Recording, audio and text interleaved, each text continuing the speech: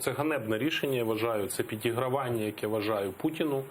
Це призведе до того, що людина, яка реально могла б свідчити в Гаазькому трибуналі проти Путіна і проти вищого керівництва Росії, зараз фактично звільнена в залі суду.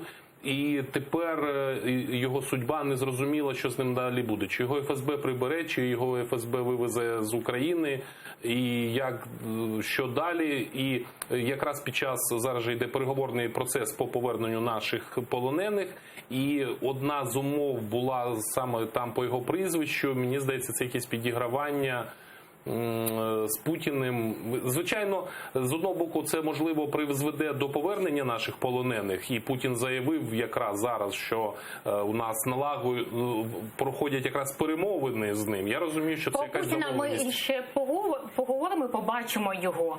Андрій, як вам рішення українського суду?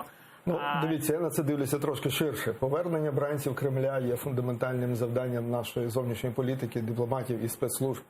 Щастя, здоров'я цих людей святе. Але щодо рішення, давайте спочатку щодо рішення, як воно... Я думаю, що враховуючи тим більше останні повідомлення за годину, ви бачили, Нідерланди вже відреагували, багато хто відреагував.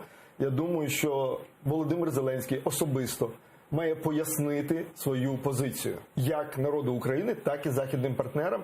Тому що якщо ми не зможемо притягти Путіна до відповідальності за Боїнг, це буде величезним програшем України. Величезним.